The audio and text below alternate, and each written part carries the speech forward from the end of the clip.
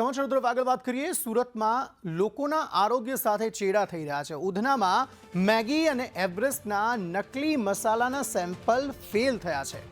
Maggi અને Everest મસાલાના નામે નકલી મસાલાનું વેચાણ થતું હતું। હવે આ મસાલા બનાવનાર સામે કાર્યવાહી થઈ છે। સેમ્પલ ફેલ થતા પાલિકાએ કોર્ટમાં કેસ દાખલ કર્યો છે અને ફૂડ વિભાગે રેડ કરી કારખાનું ઝડપી પાડ્યું હતું। 24 લાખના નકલી મસાલા અહીંથી ઝડપી પડાયા હતા।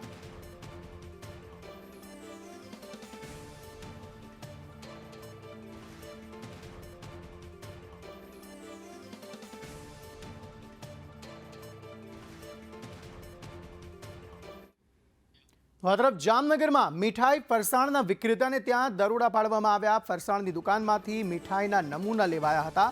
પેંડા, બરફી અને જાંબુના ફૂડ વિભાગે સેમ્પલ લીધા છે। સેમ્પલ પરીક્ષણ માટે વડોદરા લેબમાં મોકલાયા છે અને કાર્યવાહીને પગલે મીઠાઈ અને ફરસાણ વેપારીઓમાં ફફડાટ ફેલાયો છે।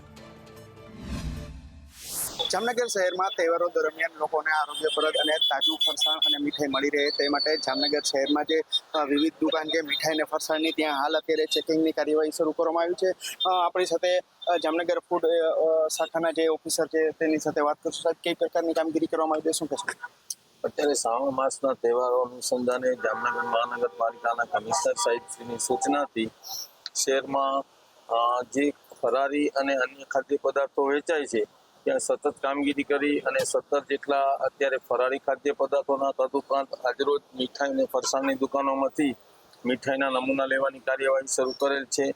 જેમાં આજરોજ આ જય ભવાની સ્વીટ એન્ડ નમકીનમાંથી વ્હાઈટ પેંડાનો નમૂનો લઈને લેબોરેટરીમાં મોકલવાની કાર્યવાહી કરવામાં આવશે।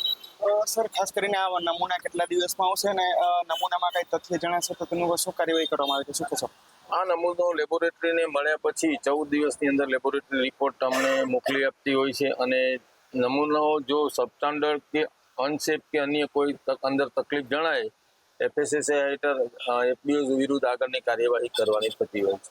તો ખાસ કરીને તહેવારોનો જે કોઈ ત્યારે ફૂડ વિભાગ દ્વારા આ કાર્યવાહી કરવામાં આવે છે, તો સાથે સાથે જામનગર શહેરમાં અન્ય હોટલ અને ફરસાણની દુકાન છે, મીઠાઈની દુકાન છે, તે પણ આ કામગીરી હાલ અત્યારે કરવામાં આવી રહી છે। ભૂપેન્દ્ર ગોહિલ, સંદેશ ન્યૂઝ, જામનગર।